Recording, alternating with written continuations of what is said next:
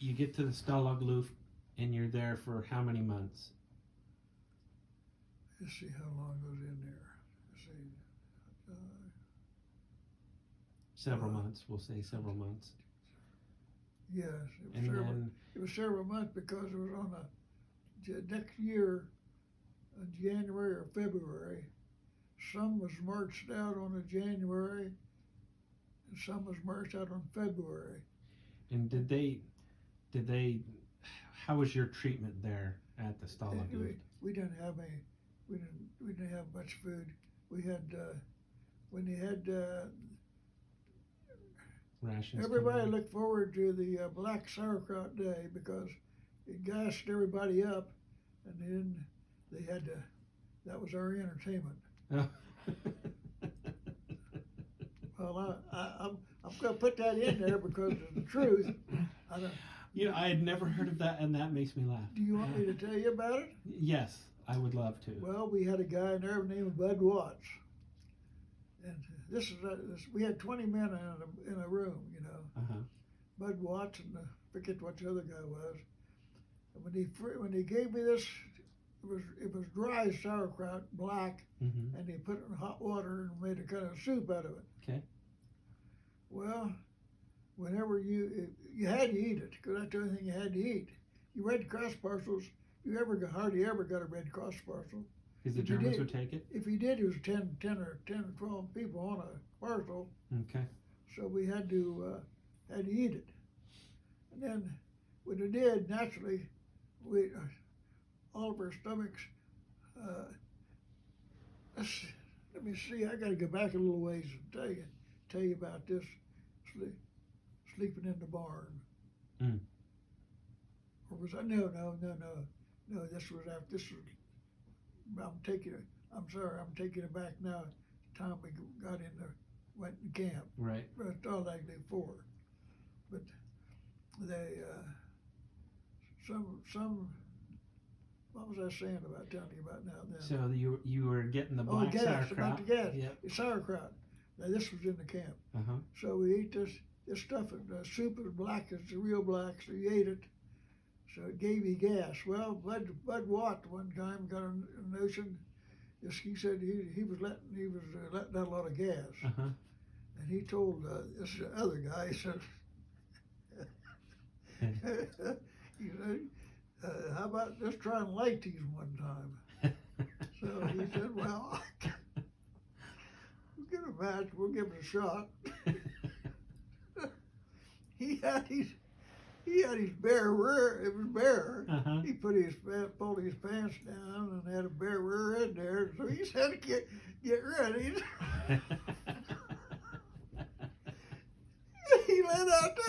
He let that baby out, and I'm telling you the truth right now.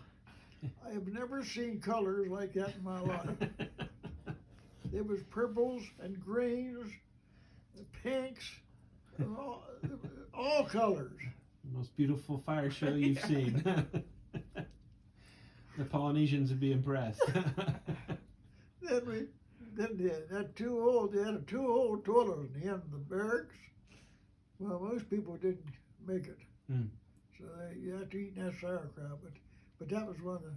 I had to put that in there because that was one of the pleasures of prison camp.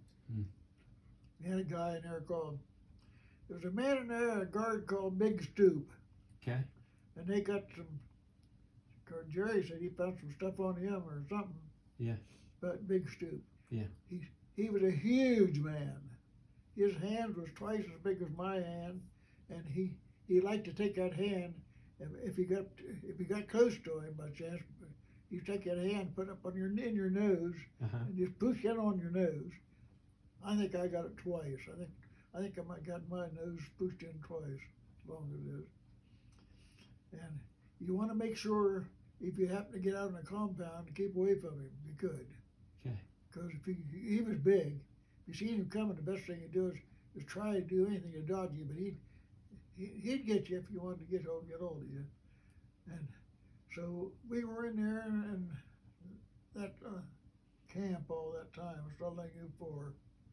That was the main camp till February of the next year.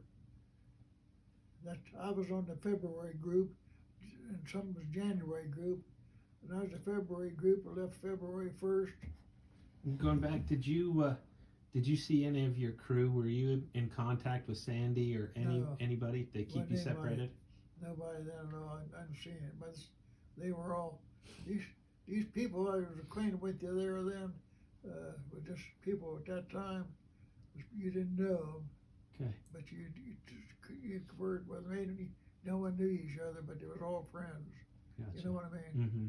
And there. So there were two groups. There was a January group and then the February group. I was on the February group and Okay. marched out of there, and on February 14th, I figured about Valentine's Day, I was laying there was a hole down the ground where some kind of a crater, and there was 4 guys laying down there. It was for cold, one of the coldest winters they had over there then. Yeah. So I went down there, and they was all down there huddled up, hugging around each other, didn't know each other. So I went down and joined them, laid there. Well, sometime during the night, the Royal Air Force decided to hit the submarine pins. There, joined them up there. Okay. Boy, I tell you, that in the morning right there, I said, I gotta make up my mind where I'm gonna live through this or die right here. Wow. So, come morning, you're frozen. You just, man, Terry, it was awful. Because I thought, well, I'm still living. We was all still living. So I said, well, I'm going to try to make it, whatever it is. Whatever it is, I'm going to try to make it. And so they're marching and you're stopping and marching and stopping. So we slept in barns. Then on, we slept in barns, and we marched all the way from then on out. The total of 530 miles, what it was. Wow. The trip was 530-mile march over 3 months. It ended in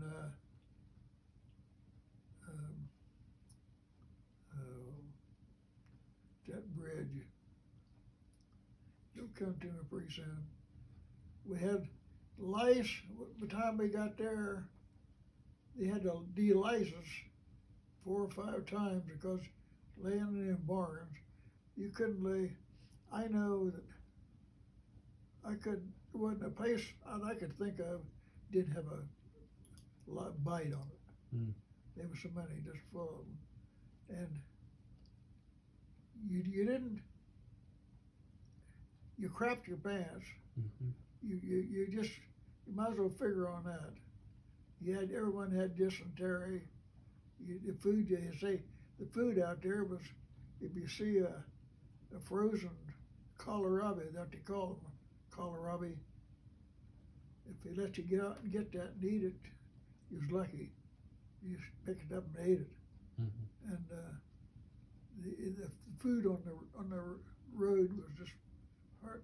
What was a kohlrabi? What was it? A piece of meat? It was something like our turnip. Okay. Something like a turnip. Got it. They were some on the fields laying out there, and if you could talk a guard into letting you get it or something, why, that's what you ate. And would they feed you at all? Sometimes we'd walk 30 miles a day on hardly anything. Hmm. The first part of the trip. And all the time, you pooped yourself, and it froze to you, and you had, it wasn't very good at all. That trip wasn't very good. I was bummed. We were twice somewhere along the line, we were underneath the bombs, close to bombs. Yeah. Enough to make your belly shake. You had to lay down your belly and hide in your face, and all that stuff. And you're just on the road the whole time. You're just going from barn to bomb crater to sleeping in the forest. Bitterfeld, Germany is where it ended up, and we were on this bridge. There's a big bridge going across there, Bitterfeld, Germany. Mm-hmm. crew was on the other side of it, and we marched up and seen them. So did the Germans surrender? Did they just say, "Hey, we're done"? Yeah, well, they was riding bicycles, and I remember a couple English guys with us had been captured early. They might have been a prisoner 5 years or 6, and they wanted to do something with them, so they was going to get a hold of them, and push them over the bridge, and they might have got by with one of them going over, and Patton's guys come across there and put a stop to it. Told us guys, said, don't go in there and get hold of anything and start eating a bunch of stuff right now. And they deliced us and everything. All them guys, they come give a big hug. Wow.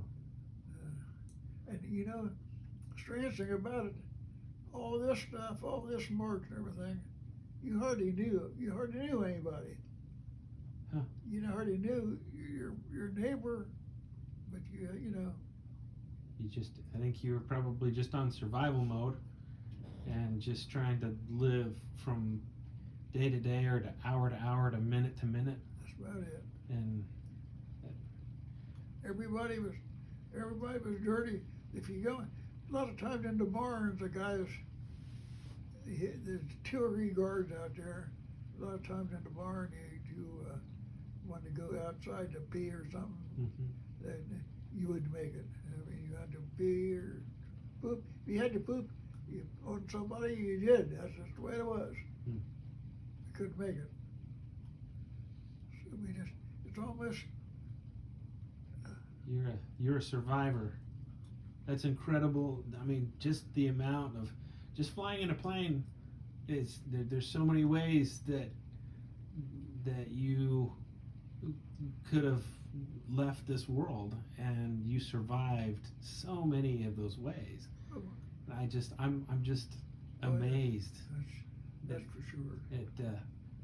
At your willingness and your heroism and your courage and the things that, I mean, obviously your family's grateful you made it through, and I really appreciate you telling me this, and because one of the reasons why I'm doing this is I want to share your story and preserve your story, not only of yours but of Sandy's, of George's, of Hanson's. I'm trying to get your crew and your experience as a crew together and document that so people can read. Like, a lot of the members of the military don't know. We're getting into the generations that they barely even know World War II happened. Yeah, that's probably right. And a lot of them don't even know what happened, and so that get dangerous for us because if we don't study history, usually we relive it and it happens again. I'm sorry.